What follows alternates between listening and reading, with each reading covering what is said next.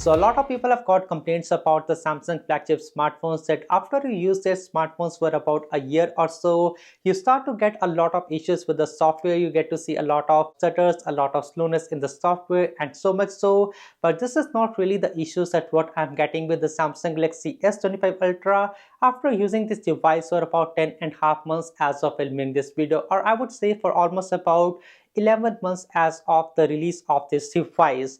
But the thing is that this is not the perfect device either. I made a video a few days ago where I told you that what are the things that I really liked about this smartphones and why this is still one of my favorite flagship smartphones of this year. But this is almost the end of the year, and I just wanted to talk about three things that are just a bit messed up on this device. Now, I've made a video about the very first thing that I want to talk about this video in the past, and that is the camera bug on this smartphone. Now, this is not an issue that I have seen with all the units of the Samsung Galaxy S25 Ultra, but a few of the units, or I would say the few of the ones that were released in the starting, they had an issue with the ultra-wide camera sensor on the smartphone, and that is the 0.6x ultra-wide camera sensor, the new 50 megapixel camera sensor that was upgraded from the Samsung Galaxy S24 Ultra to the Samsung Galaxy S25 Ultra. The issue is that whenever you are using this ultra-wide camera sensor on the smartphone and you are into the camera application and you are just trying to zoom in and out of the camera,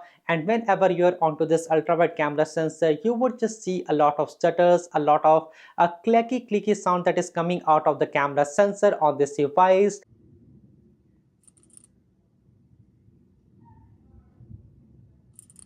But this is not an issue that is a software bug, and that is something that what I suspected in the starting, because there was a press release where Samsung did confirm that this is a software issue, but not really that what I have been experiencing on this device. I have just had a lot of software upgrades on this smartphone and the camera issue is still there.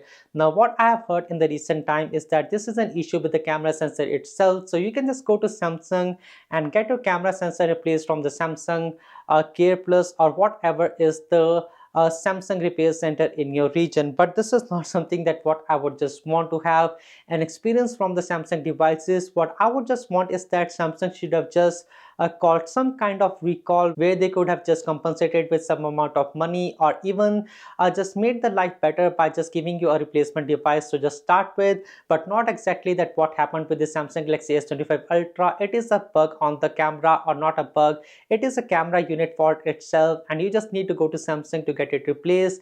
And if you just do not have a loaner device, or if you're not able to get one from Samsung, that is not really a good experience in my opinion. Now the second thing that what I really want to mention about this smartphone is the network signals on this device, and this is not an issue that what I was experiencing when I just purchased the smartphone, but after about I would say 8 months or so, I started to see a lot of network issues on this device. This is I think so that it is a cellular device, a cellular smartphone with most of the times just no cellular networks on this device, and this is something that is just becoming a Samsung thing these days, that even if the software is good, you are getting other things on the smartphones that is just a very poor quality control on these devices. And again, on the Samsung Galaxy S25 Ultra, what I really see is that sometimes the signals are there, but when I call someone, I'm not able to connect. And even if there are no signals on this device, I just try to turn on and off the airplane mode. The signals, they just never come back on this smartphone until and unless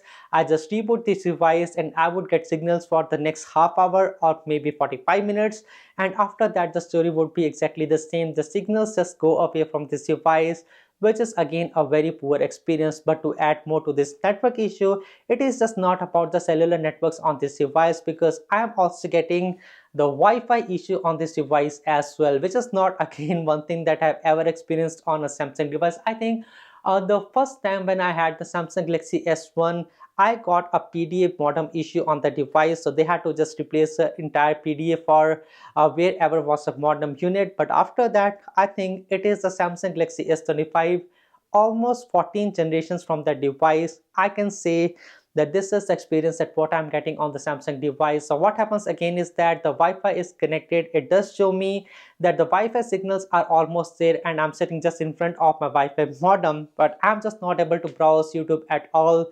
I'm not able to do any a kind of network related thing on this device. I can just not open any applications that is connected to internet like Facebook, Instagram, and so much. So again, a very poor experience, and the solution is just to reboot the device, because turning on and off the airplane mode would not just fix the Wi-Fi signals on this device whatsoever. Again, a very bad experience in my opinion, which should not just be happening on a device that is just about 11 months old, or not even 11 months old as of filming this video. So again, a surprise to me as of using the Samsung Galaxy S25 Ultra right now. And now the last thing, that what I'm experiencing on this device is something that is very common with every other smartphone in the market, and that is the battery capacity on these smartphones. And as you can see right now, my smartphone is almost dead.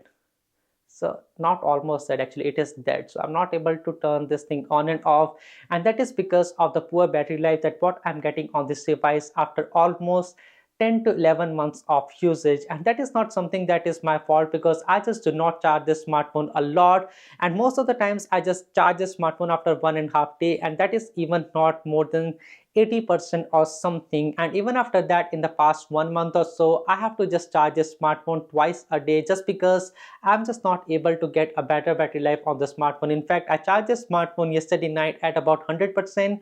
I went to the gym in the morning, and I just did not use this smartphone a lot since the entire day, and still the battery on this smartphone is dead, which is not something that what I was expecting. And now the issue is just because of the silicon carbide tech that is missing on this smartphone. Now just take a scenario. If you look at a OnePlus smartphone or Oppo smartphone or a Vivo smartphone, those generally have got about 7300 or 7500 mAh battery in this day and time. So even after a year of usage of the smartphone, even that there is a 20% of degrade in the battery life, that is still more than the original capacity of what you're getting on the Samsung Galaxy S25 Ultra. So if this smartphone had a bigger battery capacity and a silicon carbide tech to start with, I would just not be experiencing the same issue at all. And at that point, a 2-day battery life on that smartphone with the 7500 mAh battery, it might just come down to a 1-day battery life or a 1.5-day battery life, but certainly not something that you have to charge twice a day like the Samsung Galaxy S25 Ultra. So these are the issues that what I'm getting on this smartphone after almost about a year of using this smartphone. And that is the dark reality of the Samsung smartphones in this day and time. They just need to work a bit more on the quality control on the smartphones. And even though this is still going to be one of the favorite smartphones that I would say is still a best buy from the Samsung smartphone for this year, and even though that they have really worked very hard in improving the software experience on their devices, they just need to work a bit more on the other aspects of the device like the hardware. They just need to bring a new design, they just need to fix the cameras, they just need to fix the battery with something that is a silicon carbide technology on the smartphones, which is not present on this Samsung Galaxy S25 Ultra. But do let me know in the comment sections below that how your experience has been with one of the latest flagship devices from Samsung, and how good those smartphones are really holding in day-to-day life. Well, that was all. My name is Anshul. Thanks for watching, and I will see you guys in the next one. Peace.